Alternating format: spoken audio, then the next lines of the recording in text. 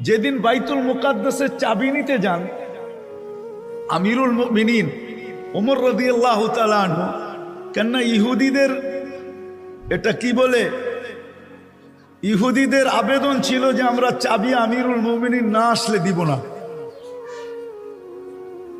লম্বা কাহিনী আমি শর্ট করতেছি। তো যেদিন উনি শামে ঢুকবে ওই দিন রাত্রে শামে খুব বৃষ্টি ছিল। তো সারা রাত্র চলার পরে সকালবেলা উনি শামের সীমান্তে ঢুকবেন।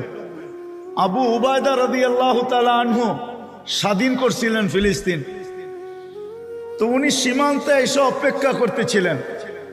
তো সকালবেলা পালা ছিল, গোলাম উটের উপরে থাকবে, আমিরুল মুমিনিন রশি টানবে। কিন্তু শাম তো আপনারা দেখেন নাই, বৃষ্টির কারণে কাদা ছিল। তো উনি জুতা খুইলা বগল তলে নিছেন, বাম বগল তলে।